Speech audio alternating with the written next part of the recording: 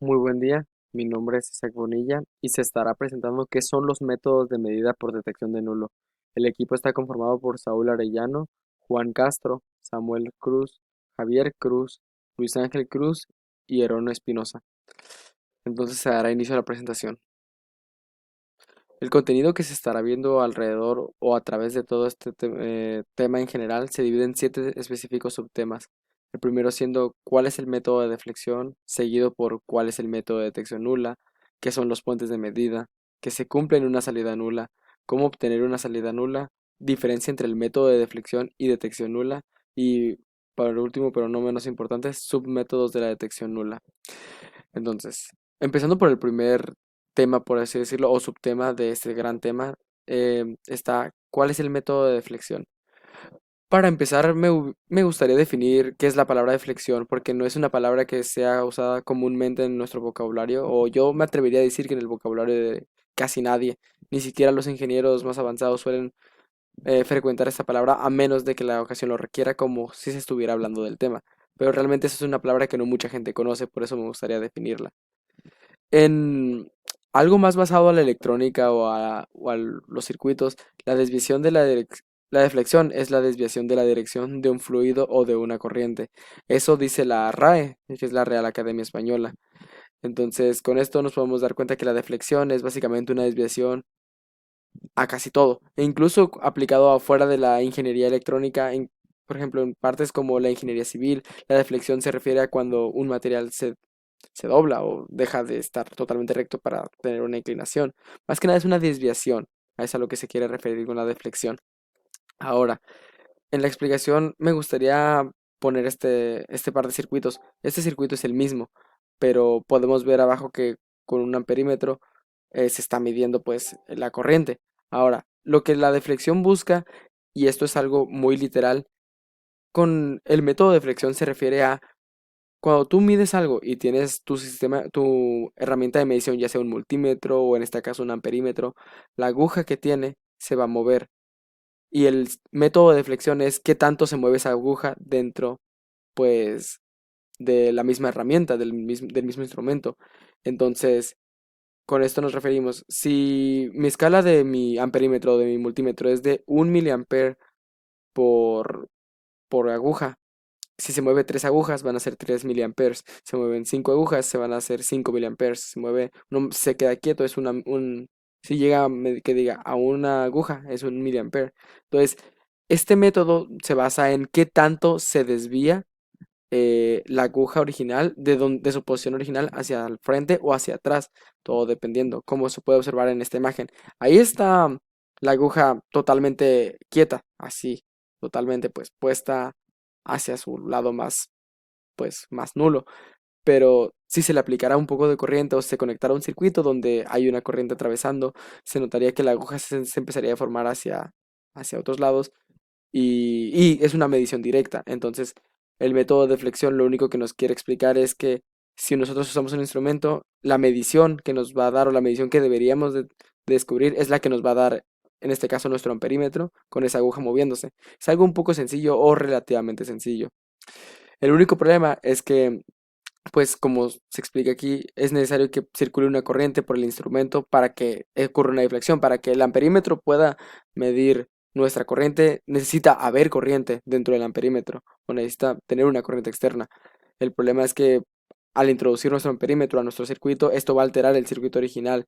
Entonces esto nos puede dar una medición relativamente afectada, no una ideal realmente. Entonces, por eso hablo de medición afectada. Pero eso sí, si algo tiene es que, o su mayor utilidad, es que este tipo de medición es la mejor oportunidad para si quieres medir rápidamente. Tiene, pues eso, su alta es que mide muy rápido, es algo casi directo que puede hacer. El único problema es que en caso de querer tener una medida un poco exacta, este método no va a ser el que sea utilizado. La medición bueno, este tipo de medición no es muy exacta y de hecho tiene un factor de error bastante grande. Muchas gracias por su atención. Buenas tardes, soy Juan Antonio Castro y voy a explicar lo que es cuál es el método de detección nula. Ok, vamos a empezar a qué se le llama detección nula. como voy a explicar lo que dice la RAE, la Real Academia Española, que dice el falta de valor y fuerza para obligar o tener un efecto por ser contrario a las leyes o carecer de solemnidades que se requieren en la sustancia o en el modo. Y en otra explicación también dice que es inexistente. En este caso, eso significaría lo que es nulo. Detección nula significa que hay cero. Cuando nosotros medimos con lo que se llama multímetro, voltímetro, amperímetro o galvómetro, en alguno de esos que sea un aparato o para medir, entonces cuando nosotros medimos y nos da cero, necesitamos utilizar este método, ya que el otro es más de utilizar el voltímetro y que este te dé una cantidad exacta o más bien un poquito variada, puede variar. Mi compañero anterior ya lo explicó esta parte.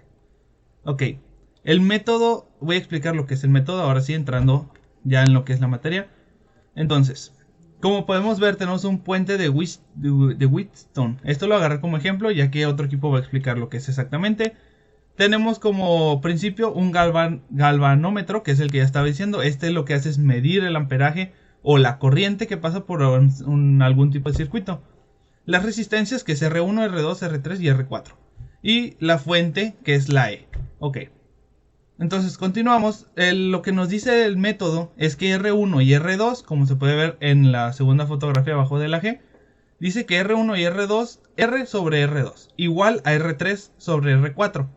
Esto nos dice que funciona de forma que los dos va a ser igual, o sea, la suma de el lado de R1, R2, ahí se ve en cámara, R1, R2, ese le vamos a llamar nodo C, ¿no? Y el otro lado le vamos a llamar nodo D. En esos, la diferencia entre esos dos hacia el galvanómetro debe de ser 0 para cumplir el método. Entonces, sabemos que es 0, entonces tenemos un problema de que, digamos, la R1, como menciona el ejemplo, no conocemos el valor exacto. Esta puede variar. Entonces, R3 y R4, que son las del otro lado, las vamos a tomar como valores fijos, resistencias que ya ponemos. R2 la vamos a tomar como una resistencia variable, la cual puede ir cambiando, ya sea que utilicemos una resistencia variable o algún tipo de elemento que pueda cambiar su resistencia conforme el tiempo, que nosotros lo podemos mover o cualquier cosa. Y R1 puede ser algún tipo de aparato que cambie, ya sea con la fuerza de la tensión, con la fuerza de entrada de voltaje, que es lo mismo que de tensión, o bien una que dependa de la temperatura. Cada una de estas puede ser reemplazada en esa zona hasta que en medio nos dé 0. Entonces así funciona el método. Bueno, continuamos. Los beneficios. Esto lo van a explicar en la diferencia entre el de deflexión y este método, pero voy a dar unos más ligeritos, no tan profundo. Por ejemplo, el clima no es un impedimento para su funcionamiento. ¿Por qué? Por ejemplo, aquí donde vivimos hace mucho calor o hace húmedo, o está húmedo o está frío. Eso de cierta forma manipula los resultados que podemos obtener de las resistencias, enfriándolas, calentándolas, o que la corriente, voltaje, tensión, corriente no pase de forma correcta. Entonces, con esto estamos evitando. ¿Por qué?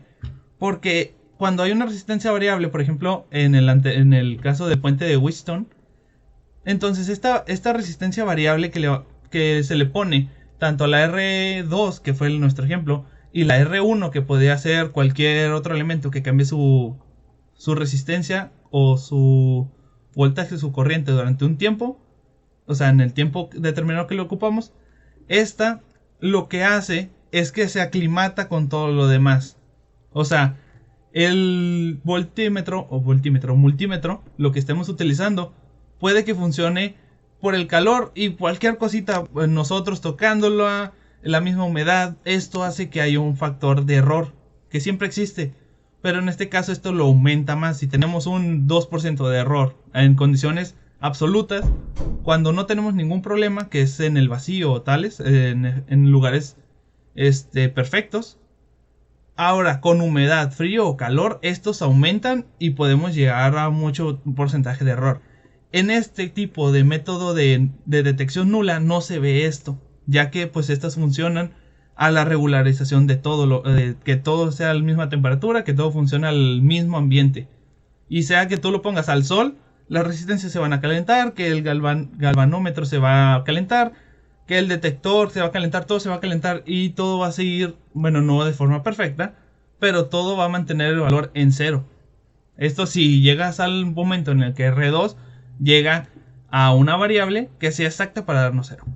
Ahora, es auxiliar al obtener una corriente a cero. Cuando nosotros medimos y nos da cero, pues algo, pues decimos, no, pues algo hice mal, algo pasó. Y en realidad no es así, sino que lo que está pasando es que cualquier cosita puede mover lo que sea nuestro circuito. Sea que el protoboard esté mal, que pueda que esté quemado o que se haya mojado cualquier cosa, que las resistencias, las patas estén mal, que nosotros mismos con el tacto de nuestras huellas le hayamos dejado algo. Siempre puede existir este rango de error. Igual puede haber este tipo de problemas en detección nula. Pero lo que pasa con este es que es más exacto al conformarse a cómo está todo. O sea, todo está a las mismas consecuencias, las mismas causas. Tiene mayor exactitud. Por los mismos otros dos puntos que ya había dicho, tiene mayor exactitud, ya que, bueno, estoy repitiendo lo mismo, pero para dejar claro, ya que todo se mantiene al mismo margen, nada cambia ni nada se puede variar, ya que, pues también, como digo, con el multímetro podemos ponerlo, pero si estamos, no sé, temblando, si estamos mojados, si estamos cualquier cosa puede afectar. Entonces esos son los beneficios de utilizar la detección nula. Ok, ahora la utilidad. La utilidad es bastante cuando se necesita precisión en una situación, sea laboralmente o personalmente. Como ya mencioné, el tener este tipo de, ¿cómo se le dirá? Colchón, de que, o sea, colchón me refiero a que tenemos una base de que no nos vamos a ir a un error grandísimo, como hay veces que en laboratorio tenemos errores de 100%, 1000% muy altos, y esto varía mucho.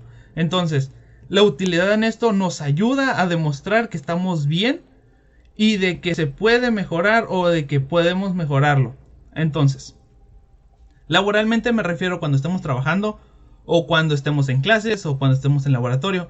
Personalmente me refiero, pues, digamos, alguien tiene su propio, bueno, entra en laboral, pero alguien tiene su propio negocio o, quiero reparar, no sé, mi propio teléfono, quiero reparar mi consola o lo que tú quieras de referentes circuitos, ya que esta es la materia, pues entonces tenemos ese margen de que tenemos una perfecta sincronía de que no nos podemos equivocar tanto al momento de hacerlo nosotros. Entonces, esto sería el método de detección múltiple, de detección nula. Y mi compañero siguiente pues explicará lo que son los puentes de medida. Gracias, adiós. Buen día, mi nombre es Luis Ángel Cruz Vargas y voy a presentar sobre qué son los puentes de medida. ¿Qué son los puentes de medida? Las mediciones con puentes son arreglos realizados en circuitos para determinar el valor de resistores, condensadores, bobinas, potenciómetros, etc. Una característica de los puentes es que sus teoremas y aplicaciones fueron pensadas para funcionar como corriente alterna o corriente directa. Esto se debe tener en cuenta a la hora de realizar una medición con puentes, ya que ocuparlo con una corriente equivocada solo provocará un cortocircuito o una mala medición. Los puentes son una de las maneras más precisas para calibrar diversos componentes. Además, con los cálculos realizados se puede llegar a estabilizar un circuito. Tipos de puentes. Puente de Wheatstone. El puente de Wheatstone es un instrumento de gran precisión que puede operar en corriente continua o alterna y permite la medida tanto de resistencias ómnicas como de sus equivalentes en circuitos de corriente alterna, en los que existen otros elementos como bobinas o condensadores, en general impedancias. Puente de Kelvin o también llamado puente de Thomson. El puente de Kelvin es una modificación del Wheatstone y proporciona un gran incremento en la exactitud de las mediciones de resistencias de valor bajo y por lo general inferiores a un ohm. Puente doble de Kelvin. Se utiliza para la medida precisa de resistencias de 4 terminales de baja resistencia en el rango de un microohm hasta 10 ohms. Puente de Maxwell. El puente de Maxwell o puente de Maxwell-Wien es un circuito electrónico parecido al puente de Wheatstone, más básico con solo resistencias. Este es utilizado para medir inductancia, un bajo factor Q. Puente de Hey. Es un circuito puente que generalmente se utiliza para la medida de inductancia en términos de capacitancia, resistencia y frecuencia. Se diferencia del puente de Maxwell en que el condensador se dispone en serie con su resistencia asociada. Puente de Owen. El puente de Owen es ampliamente utilizado para la medición de inductores, más precisamente para aquellas inductancias con factor de calidad bajos, U menor a 1. Puente de Schering. El puente de Schering se utiliza para la medición de factores, siendo de suma utilidad para la medición de alguna de las propiedades de aislamiento, con ángulos de fase muy cercanos a 90 grados. Y el puente de Wien, un circuito de corriente alterna en el que una rama consta de la resistencia y una capacitancia en serie, y la contigua de una resistencia y una capacitancia en paralelo, siendo las dos ramas restantes puramente resistivas. Buenas tardes, soy Aaron Espinosa Velasco y voy a explicar qué se cumple en una salida nula. Para esto me voy a ayudar de un pequeño ejemplo. En este caso tenemos un puente de Wheatstone. Bueno, en este caso tenemos R1, que va a ser nuestra resistencia incógnita, R3 y R4, que en este caso van a ser resistencias fijas, y R2, que es una resistencia variable. Y aquí pues el galvanómetro. Con esto, cuando se cumple que R1 sobre R2 es igual a R3 sobre R4, el galvanómetro G indica cero corriente. Eso quiere decir que el puente está en balance. Basándonos en esta propiedad, podemos medir resistencias utilizando este tipo de arreglos. La resistencia incógnita, en este caso R1, la despejamos de la fórmula que comentaba hace un momento. Y nos queda que R1 es igual a R3 sobre R4 por R2. Como R3 y R4 son constantes, podemos cambiar la ecuación y poner que R1 es igual a K por R2, donde K es una constante conocida. Para medir la resistencia incógnita, se coloca dicha resistencia pues, en la posición de R1 y se varía R2 hasta obtener una lectura de 0 en el galvanómetro. Eso querrá decir que está en equilibrio, en balance el puente. En ese momento se cumple la ecuación indicada anteriormente, por lo que el valor de R1 será el de R2, que lo conocemos, porque pues, lo estuvimos variando, multiplicado por la constante de K. Recapitulando, el método de detección de nulo se cumple cuando el galvanómetro está en cero y el puente queda en balance. Por mi parte sería todo. Gracias por su atención. Hola, profe, mi nombre es Javier Cruz Leiva. A mí me tocó pues, el tema de cómo tener una salida nula en este tipo de medición. Primero, lo que le voy a mencionar es que para obtener esto se pasa debido a que determina cuando la indicación en el instrumento es nula. ¿Esto qué quiere decir? Cuando no circula la corriente por ella. Por lo que estas condiciones del circuito no se ven alteradas en el momento de realizar la medición. Debido a esto, se produce un mayor exactitud a la hora de la medición y es mucho más rápido y por lo tanto son de mayor utilidad a la hora de comparar parámetros. Cuando la corriente es nula, esto se produce cuando el campo eléctrico, quiere decir que va creciendo a medida que se separan las cargas, compensa exactamente al efectivo. Esto quiere decir que la corriente a partir de ese momento ya es nula. Durante el paso de la corriente eléctrica producen pérdidas de energía porque los electrones que forman esta corriente sufren colisiones. A este fenómeno se le llama como resistencia. Esto pasa, la energía cinética de los electrones se pierden en forma de calor, lo que se denomina un efecto Joule. Un superconductor no presenta resistencia al paso de corriente, por lo tanto, este superconductor puede conducir corriente indefinidamente sin pérdida de energía, aunque esté desenchufado.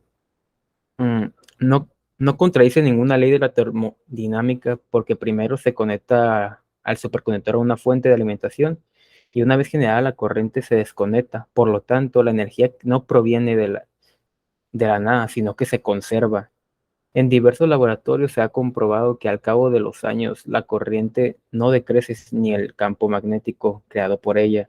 Por lo tanto, un circuito puede utilizar como acumulador de corriente para almacenar energía o, en otras palabras, para crear campos magnéticos más potentes.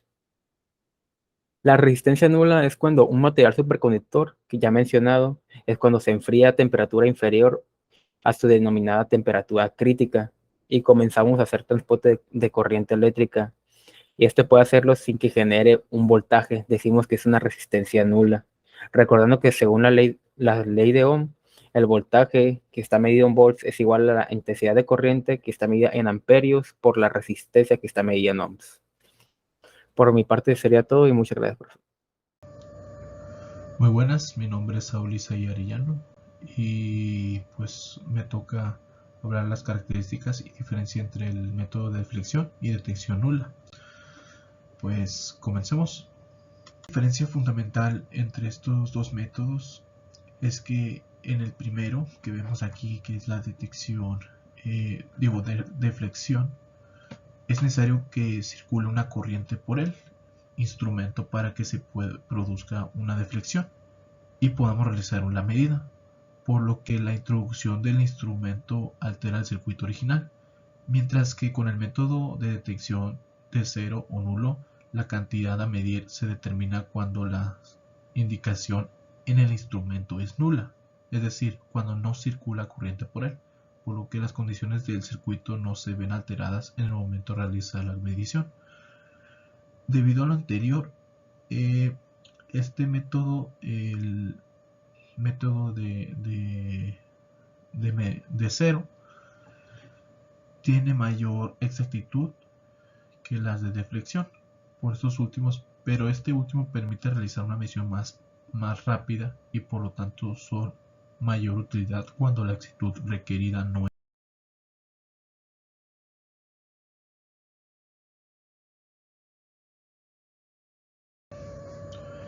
Y bueno, pues vamos a ver unas características un poco resumido acerca de cada uno de estos métodos.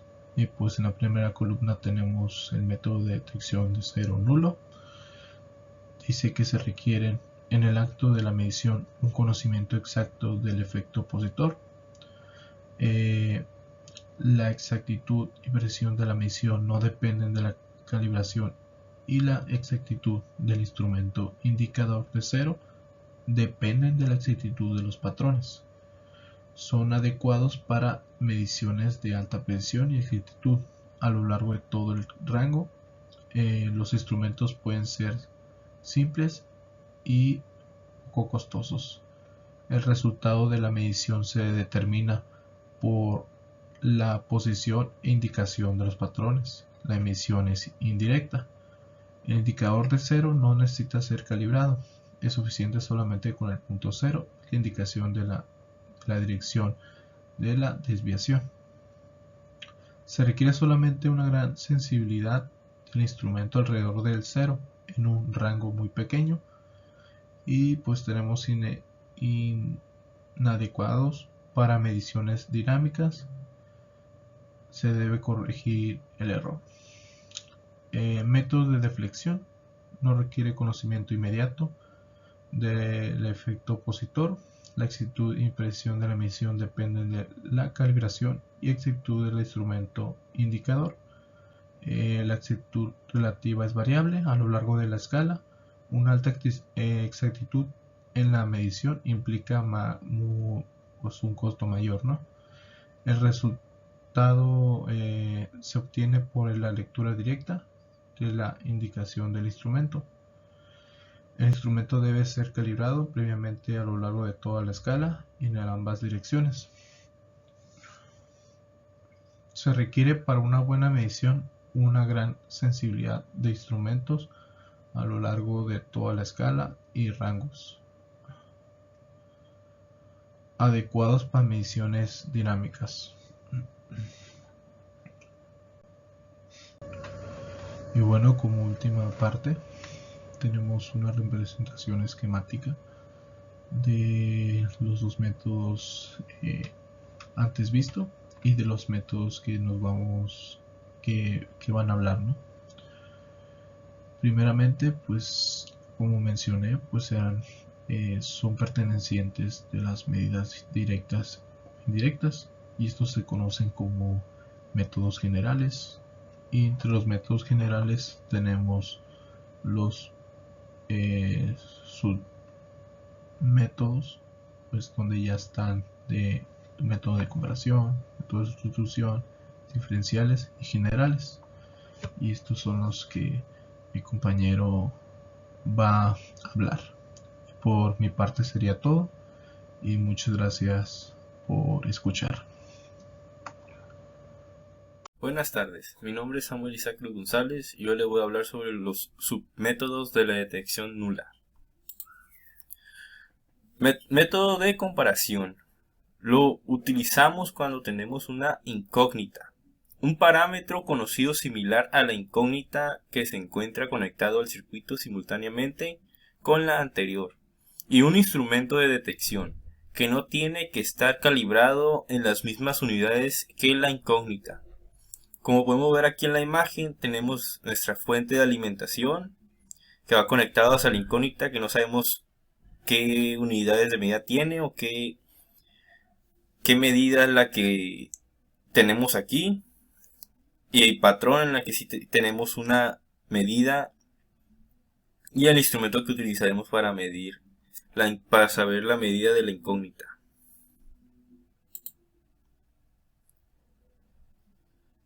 Ejemplo de método de comparación. Comparando el circuito con el esquema anterior, vemos que la alimentación es la fuente de 5 voltios. La incógnita es Rx, el parámetro similar a la incógnita es la resistencia patrón de 1 kilo ohms, y el instrumento es un voltímetro, que como podemos observar está calibrado en unidades diferentes a las de la incógnita. Con el voltímetro vamos a determinar la caída de voltaje entre los extremos de cada una de las resistencias. Esto es Vx y V1.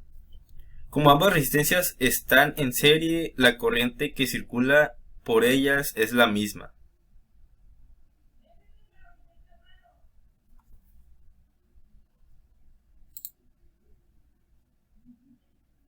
Siguiente método. Método de sustitución.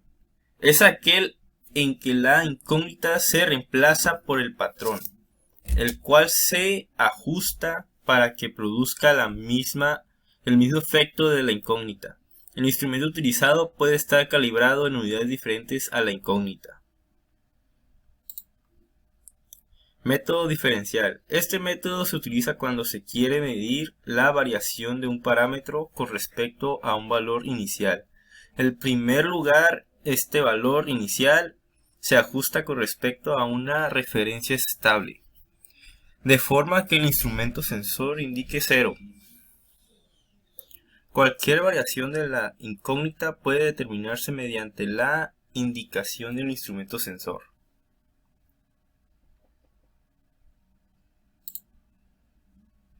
Métodos generales. Son aquellos que no pueden incluirse en cualquiera de los otros grupos. Entre los métodos directos generales de deflexión se encuentra la medición de corriente mediante un amperímetro, la de voltaje con un voltímetro, la de frecuencia con un frecuenciómetro, etc. Entre los indirectos generales de deflexión están el del voltímetro y amperímetro, para medir resistencias y potencias. El del voltímetro y una resistencia patrón para medir corrientes, etc. Bueno, por nuestra parte es todo. Gracias por ver nuestro video. Aquí tenemos nuestra bibliografía donde sacamos la información. Y muchas gracias por su atención.